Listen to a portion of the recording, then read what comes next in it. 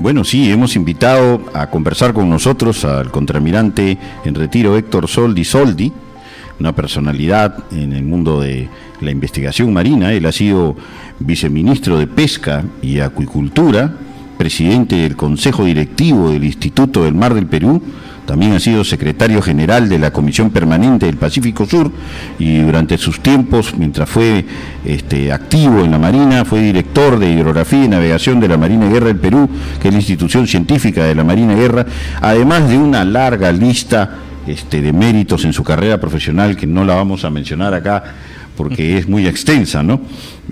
Muy buenas tardes, Héctor. ¿Cómo está usted?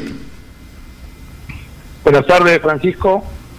Buenas tardes a los oyentes de la radio. Acá a disposición para conversar sobre el tema tan importante como es nuestro mar. Héctor, acá estamos conversando con el periodista Marcos Mercado Coral de Hilo. Y bueno, nos hemos hecho varias preguntas a lo largo del programa, porque hemos estado haciendo una recopilación del programa de Cara al Mar que tenemos todos los días, de lunes a viernes, de 6 a 7 de la mañana, y que se están difundiendo también por redes sociales. Tengo una pregunta específica aquí. Se ha golpeado mucho al Instituto del Mar del Perú por parte del gobierno anterior, y todo fue a fines del año 2019 con lo que sucedió en la segunda temporada de pesca. Se hicieron un montón de acusaciones que fueron muy serias a los científicos, que después, con la luz de los hechos, los resultados de la primera temporada 2020 y ahora los que estamos teniendo en esta segunda temporada 2020, se han quedado totalmente desvirtuados, pero a nadie le ha preocupado reivindicar el prestigio de la institución. ¿Qué piensas respecto a esto? ¿Qué crees que hubieron algunos intereses tras esa campaña de desprestigio? A ver, antes que todo, Marco, buenos días y gracias por la invitación al programa. Muy buenos días, contraalmirante. Mira, la verdad que para mí ha sido, yo he sido presidente del Instituto del Mar durante 3 años, y para mí fue muy doloroso ver la forma como se quiso desprestigiar al instituto después de que ha resultado ser una de las instituciones científicas de mayor prestigio en el Perú, y no solamente reconocida en el Perú, sino reconocida en el extranjero, como una de las instituciones que son pilares de la sostenibilidad del recurso pesquero en el Perú. De modo que para mí fue realmente muy doloroso ver que por razones políticas se quiso desprestigiar al instituto y se aprovechó para sacar un decreto de urgencia con la excusa de querer cambiar a la cabeza del IMARPE, con una serie de explicaciones que eran totalmente sin fundamento. Y efectivamente, como tú mismo lo has mencionado, más adelante se pudo verificar que no había habido ninguna intervención de los científicos en cambiar de ninguna manera la información que se había recolectado. Aparentemente había habido gente interesada en cambiar a las personas o a los científicos que estaban ahí, que por lo demás son científicos que tienen muchísimos años y un prestigio reconocido fuera del Perú, porque ha sido muy lamentable esta etapa, y a veces no se dan cuenta que el instituto es una garantía no solamente de los recursos pesqueros en el Perú, sino que además, en parte, el prestigio de nuestro recurso de exportación de la harina de pescado entra a los mercados, en gran parte gracias a que se sabe que está siendo manejado de una manera racional, porque existe el Instituto del Mar. De modo que para mí fue realmente incomprensible que se trate de afectar el prestigio que tiene el instituto. Una institución que tiene más de 60 años de existencia, con una acumulación de datos científicos sobre la anchoveta y que sabe tanto de este recurso y de otros también, por supuesto, ¿no? Cómo somos a veces los peruanos un poco necios en no darnos cuenta de la importancia de las instituciones que tenemos y de lo importante que es cuidarlas y cuidar su prestigio. Sin el IMARPE no habría sostenibilidad de la anchoveta. Así es, y lamentablemente esto es algo que se nota mucho en el país, en el sentido de que las instituciones científicas no tienen la importancia que deberían tener dentro de la administración pública. Lo vemos en los casos de las universidades, que no reciben los presupuesto que deberían. Lo vemos en los casos de las instituciones científicas como el IMARPE, que no solamente no reciben los recursos, sino que encima el propio Estado a veces lo maltrata. Y eso desde mi punto de vista es algo totalmente contraproducente, y lo peor es que a veces se hace con fines exclusivamente políticos, con lo cual lo único que estamos haciendo es desprestigiándonos como país. Sí, pues la política tiene que alejarse por completo de la pesquería, porque la pesquería y la acuicultura son actividades bastante técnicas. En realidad todo lo que haces en el mar es muy técnico y no tiene por qué estar involucrado la política en ello. Contraalmirante, usted ha sido consultor para el proyecto de reserva submarina de la dorsal de Nazca. Me gustaría, si es posible, por supuesto, que nos explique un poco ¿cómo es este esquema de la reserva submarina dorsal de Nazca? Sí, cómo no. Pero antes de entrar a esta pregunta, yo quería hacer una pequeña aclaración sobre lo que tú has mencionado, en el sentido de que la política debe estar alejada de la pesquería. En realidad hay que distinguir las políticas de las políticas. Las políticas pesqueras son muy importantes porque son las que deben guiar el manejo de nuestros recursos. Lo que no debe estar involucrado es la política, digamos, del día a día, y la política menuda, que es la que interfiere con estas cosas. De modo que hay que distinguir entre la política y las políticas nacionales, que en el caso de la pesquería son importantes. Muy bueno. Bueno, sí. Y ahora paso a la... Muy buena, contraalmirante, esa diferenciación. Las políticas que se tienen en IMARPE son muy distintas a las políticas o las decisiones que debe tomar el político, para aclarar un poco el panorama. Así es. Con respecto a la pregunta de Francisco sobre la reserva submarina de la dorsal de Nazca, esta es una iniciativa del Ministerio del Ambiente, que me parece una iniciativa sumamente importante, puesto que los países están tratando de dictar una serie de medidas de protección para los océanos, que como todos sabemos están en una etapa de franco deterioro por una serie de razones, empezando por la sobrepesca en algunos casos, por la contaminación marina en otras, por el cambio climático en otros. Y una de las maneras más efectivas que se ha encontrado es la creación de áreas protegidas. Y en el Perú, lamentablemente, somos uno de los pocos países de América Latina que tiene una cantidad muy, muy pequeña de áreas protegidas en el mar. Tenemos una gran cantidad de áreas protegidas en el continente, pero no las tenemos en el mar. En el mar, internacionalmente, los países están apuntando a tener hasta el 10% de sus aguas territoriales, sus aguas del dominio marítimo, en nuestro caso, que sean protegidas. Sin embargo, el Perú tiene menos del 1% de áreas marinas protegidas. Y por esa razón, el Ministerio de Ambiente ha propuesto la creación de esta zona que se llama la dorsal de Nazca, que es una cordillera submarina que está frente a la costa del departamento de Ica, donde existe un ecosistema de aguas muy profundas, que son especies muy frágiles y que deben ser protegidas y no están protegidas actualmente. Y como el criterio es que cada país debe tener una muestra representativa de su mar protegido, y nosotros no tenemos nada protegido de los fondos marinos, la zona más conspicua es la cordillera de Nazca, que es una cordillera de aguas muy profundas. Por esa razón, se ha propuesto de que la cordillera submarina de Nazca sea declarada como un área protegida, con lo cual saltaríamos de menos del 1% a casi el 8% de áreas protegidas en el Perú. De modo que esa es una de las razones por las cuales se está tratando de definir que la zona de la dorsal de Nazca sea un área protegida.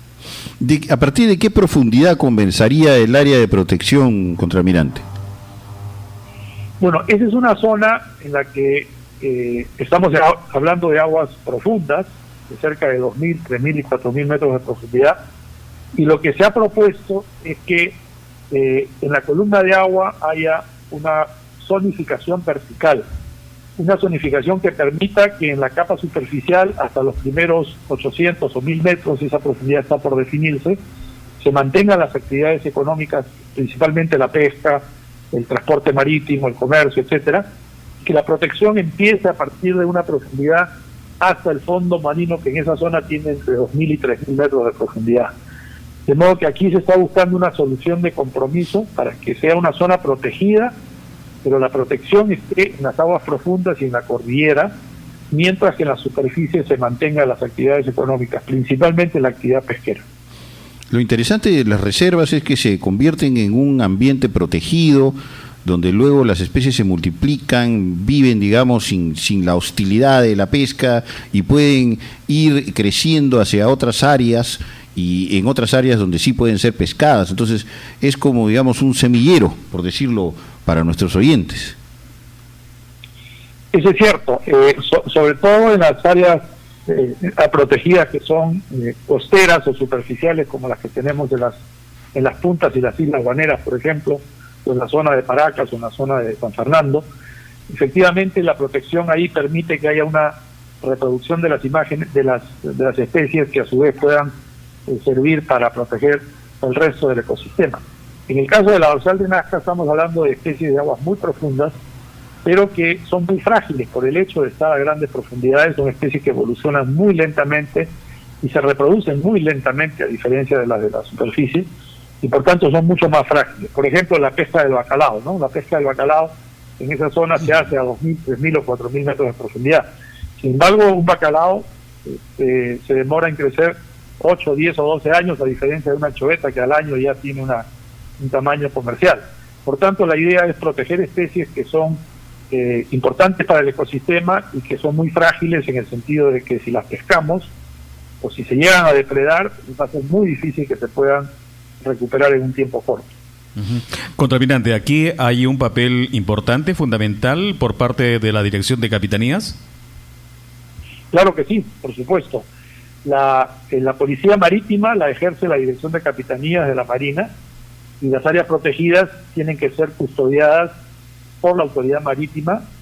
Cuando se crea un área protegida, se forma un comité de vigilancia, y dentro de ese comité de vigilancia, tanto el Ministerio de la Producción, a través de la Dirección de Supervisión y Vigilancia, como la Marina, son las que van a jugar un rol importante en evitar, por ejemplo, en nuestro caso, que ingresen naves extranjeras, como las naves toteras chinas que pescan en el borde de la plataforma del límite marítimo de las 200 millas, y por tanto es muy importante que la Marina tenga un control efectivo, sobre todo si se convierte en un área protegida. Contraalmirante, usted ha tenido pues la experiencia de ser viceministro de Pesca y Acuicultura. Seguramente tiene muchas cosas que decirnos de esta experiencia, pero es un cargo obviamente pasajero, y tanto el de ministro de la Producción o el viceministro de Pesca y Acuicultura, y muy político en algunos casos, y hemos estado hablando pues que estas cosas, digamos, no deberían estar relacionadas con la política en general, sino con el manejo de políticas en particular. Y Ioannis cree que ante esta variabilidad o esta, digamos, efímeros que resultan ser estos cargos a los últimos años, vemos que no hay una conversación entre los actores en sí. O sea, pienso que tal vez los actores como los pescadores industriales, los pescadores artesanales deben sentarse en mesas donde conversen y se pongan de acuerdo para llevar planteamientos de políticas, ahí sí, al administrador, porque la práctica suele ser muy común. El pescador artesanal busca conversar con el viceministro y tratar de conseguir las cosas que quiere el viceministro, y el industrial también trata de hacer lo mismo, y cada uno de los actores quieren llegar hacia el ministro o viceministro para que sea el viceministro que cambie o modifique las políticas a su favor, pero no existe un acuerdo entre los actores previo que debería ser el primer paso para sentarse a conversar con una autoridad que administre el sector. ¿Qué le parece? Sí, es muy cierto. Yo creo que una de las grandes debilidades de nuestro sistema es que hay una gran fragmentación de los actores que están involucrados en la pesca, tanto a nivel del gobierno como a nivel de los actores que están en la parte productiva. A nivel del gobierno, en el mar existen muchas autoridades que tienen responsabilidades diversas. Está la Autoridad Nacional del Agua, está la Dirección de Capitanías, está la Marina, está el Ministerio de la Producción, está el Ministerio de Ambiente. Hay una excesiva cantidad de autoridades que tienen competencias que a veces se traslapan unas con otras, y eso es necesario que de alguna manera se regule para que esté claramente definido el límite en el cual empieza la responsabilidad de una autoridad y termina la de otra autoridad.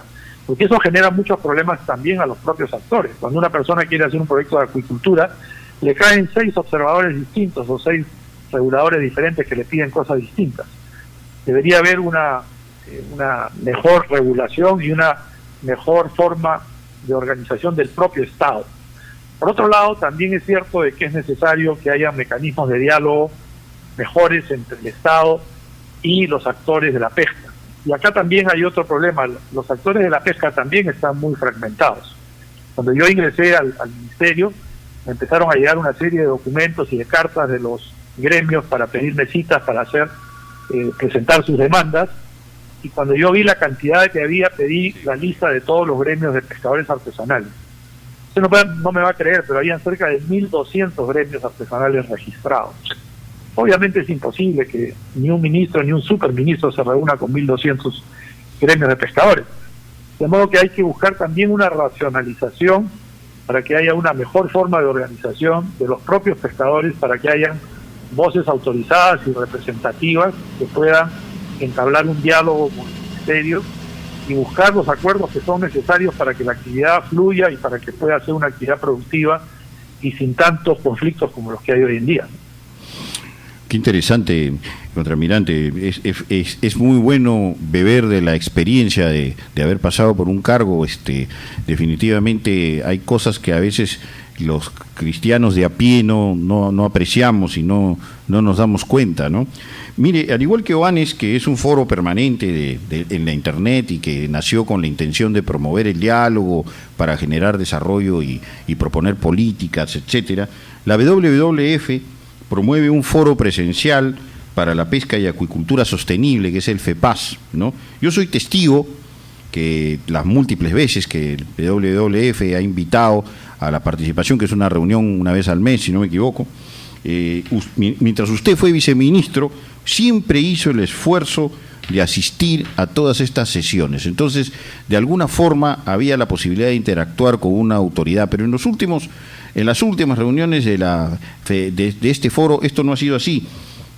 ¿Por qué es importante el foro, ya que usted ha asistido tantas veces a él?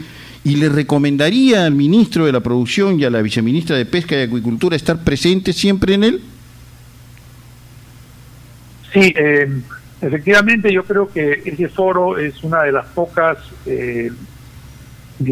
ámbitos de coordinación que existe hoy en día entre las autoridades, entre las organizaciones de la sociedad civil y los propios pescadores, tanto industriales como artesanales. Creo que ese tipo de foros son sumamente útiles porque ahí se ponen sobre la mesa de una manera abierta los temas de interés del sector, y creo que es el mejor lugar donde las autoridades pueden dialogar de una manera totalmente abierta, sin ningún compromiso político, para escuchar y para tratar de mejorar lo que haya que mejorar y corregir lo que haya que corregir. Yo participé de ese foro porque yo escuchaba cosas que me parecían sumamente importantes para el ministerio, y creo que fue un diálogo muy franco y abierto, y yo sí recomendaría que el ministro y la viceministra actuales participen de ese foro. Más aún, por lo que he podido escuchar, parece que el ministro ya confirmó su participación en la reunión de la próxima semana, y eso me parece muy buena noticia. Y creo que ese tipo de foros deberían multiplicarse, no solamente en el caso de la pesca, en otras actividades también, y dentro de la propia pesca con los propios pescadores artesanales. Creo que debería haber un ámbito de diálogo mucho más abierto para escuchar a todos y para que eso sirva como un mecanismo para recoger esas inquietudes y ver cómo se elabora una política de consenso. Ahora que la pesca artesanal está siendo administrada por los diferentes gobiernos regionales que hay en el Perú, de diferentes gobiernos regionales en cada uno de los lugares de la costa, esto que usted está proponiendo surge como una idea sumamente interesante. Podría haber un foro específico para cada una de las regiones, en donde pues alguna organización o la misma el mismo gobierno regional sea quien promueva este evento o este espacio, para que los diferentes actores de la pesca artesanal puedan conversar con las autoridades e intercambiar de manera ordenada sus opiniones de una forma Sí, de acuerdo. Yo creo que uno de los mecanismos que también ha funcionado muy bien en el gobierno han sido las mesas de trabajo. Yo creo que sería interesante, por ejemplo, una mesa de trabajo de los directores regionales de pesca con el viceministro y con el ministro, para que planteen sus inquietudes y para que también haya un intercambio de experiencias entre ellos mismos. Hay algunas regiones que han tenido muy buenas intervenciones y muy buenos resultados que podrían compartir esas experiencias con otros que tienen otros problemas y de esa manera enriquecer el diálogo tanto con el gobierno central como entre las propias regiones. Interesante. Contraalmirante, Oanes considera que la harina y el aceite de pescado han sido fundamentales para el crecimiento de la acuicultura hasta el día de hoy a nivel mundial, algo que además reconoce el informe Sofía de la FAO del año 2020. ¿Cree usted que la pesca y la acuicultura, especialmente en el Perú, están íntimamente entrelazadas para su futuro, no? Sí, por supuesto. Yo creo que la acuicultura para nosotros todavía es una oportunidad que no hemos aprovechado del todo. Tenemos en el Perú una enorme variedad de ecosistemas muy favorables para la acuicultura, en la selva con la cantidad de ríos que tenemos, en la sierra con más de 10.000 lagunas y la costa con las aguas más productivas del mundo. Y por otro lado, además, tenemos la producción de la mayor cantidad de harina de pescado y aceite del mundo. De modo que todos los astros están alineados para que la acuicultura en el Perú pueda ser una actividad sumamente importante. Y en cuanto a la relación con la pesca, yo he visto durante mi periodo de viceministro, caminando por las caletas de la costa del Perú, la gran preocupación de los pescadores artesanales que ven que la actividad pesquera cada vez es más difícil porque hay menos recursos y cada vez más pescadores y más familias que están mirando la acuicultura como una posible actividad que les puede abrir una oportunidad económica. Y es muy cierto, el Perú tiene enormes posibilidades de acuicultura para los propios pescadores artesanales y tenemos además, como hemos dicho, la harina de pescado y el aceite, que son los elementos básicos para la fabricación de alimentos para la acuicultura, de modo que no nos falta nada. Y ahora tenemos además organizaciones como el PENIPA, que son los que están promoviendo innovación y producción en la acuicultura, de modo que creo que es una actividad que está íntimamente vinculada al sector pesquero en general, a los propios pescadores, y es una actividad para el futuro que deberíamos de ponerle cada vez más interés y más. Una de las cosas que, por ejemplo, veo con mucha tristeza es que haciendo una actividad tan importante no tenemos, por ejemplo, institutos tecnológicos. Algunas universidades ya se han lanzado a abrir carreras de acuicultura, pero institutos tecnológicos, porque se necesita mucha mano de obra calificada para eso, hay muy pocos, creo que hay 1 o 2 en todo el Perú. Yo creo que esa es una tarea pendiente que deberíamos enfrentar en el futuro. Contraalmirante Soldi, como viceministro o ex viceministro de Pesca y presidente del Consejo Directivo del Instituto del Mar del Perú, quisiera yo hacerle una interrogante en cuanto a la pesca de anchoveta en el sur del país. ¿Podríamos tener una reactivación de la pesca en el sur? ¿Cuál es su opinión? Por supuesto que sí. Yo creo que el sur del país es una de las zonas en las que todavía hay pendiente una actividad muy importante de coordinación del Estado con los actores de la zona para poder reactivar esa zona. Nosotros vemos las actividades que se realizan en el norte de Chile y la verdad que da pena ver que el sur del Perú esté tan deprimido en el sector pesquero cuando tiene un recurso tan importante como el caso de la anchoveta. Por el hecho de que está muy pegado a la costa y muy dentro de la zona de las 5 millas, requiere un tratamiento especial, pero que se puede efectuar, se puede hacer de una manera racional, de una manera coordinada, tanto con el sector artesanal como el sector industrial, y si se hace un buen trabajo, eso serviría también para la reactivación económica de esa zona que requiere de tanto apoyo, especialmente saliendo de esta crisis tan fuerte como la que hemos tenido. Hace un instante un pescador de anchoveta con más de 26 años de trabajo mencionaba que aquí en esta parte sur del Perú se han iniciado campañas periodísticas, obviamente con el fin de favorecer a lo que usted manifiesta, favoreciendo al vecino país del sur. ¿Ha escuchado de estas campañas políticas aquí en el sur? Mire, la verdad que yo no estoy muy vinculado actualmente a las actividades que se están realizando en el sur. Sí sé que ha habido una campaña de medios de comunicación tratando de desvirtuar algunas de las políticas que se han tratado de implementar en algunos momentos para que haya una explotación más racional de los recursos en esa zona. No conozco los detalles, pero creo que hay que hacer una labor de docencia y una labor de información certera para que la población, tanto los pescadores como la comunidad, tengan la información correcta a la hora que se discuten esos temas y que se discutan sobre la base de información científica y no de especulaciones. ¿Qué entidad es la que tendría que hacer esa docencia, contraalmirante?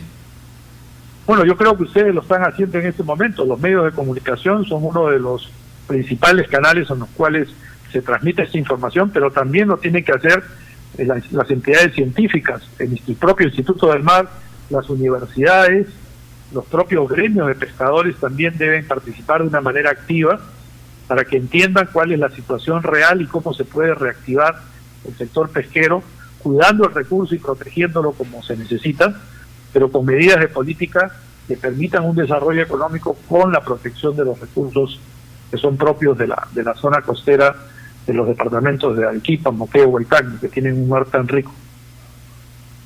Es increíble cómo la desinformación que circula en el país puede de alguna forma destruir una industria. Aquí en Hilo, donde estamos transmitiendo, habían antes 6 plantas pesqueras, pues teníamos a varias empresas pesqueras que ya no están trabajando aquí, solamente queda una que es Austral, si no me equivoco, y otra más.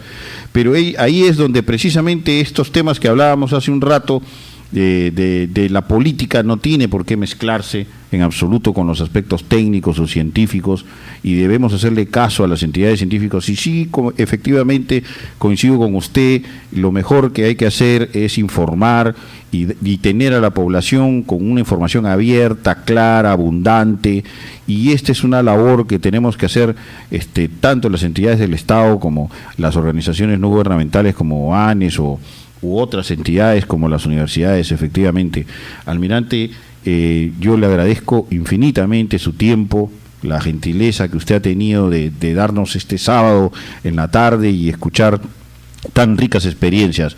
Ojalá podamos entrevistarlo nuevamente más adelante. Claro que sí, con todo gusto, Francisco. Yo los felicito por la labor que están haciendo. Creo que es importante que haya un medio de comunicación como ustedes que transmite esta información y que transmite también un diálogo franco y abierto para que la población esté bien informada. Bien, muchas gracias, contraalmirante. Interesante y quiero, tal vez con negrita y en, ¿cómo le llaman? Con comillas. En comillas. Es distinto hablar de políticas que tiene que tener el IMARPE que personas que politizan el tema científico, que deberían tomar decisiones en bien de las poblaciones, ¿no? Así es, me parece muy bien. Oanes, señor de las olas.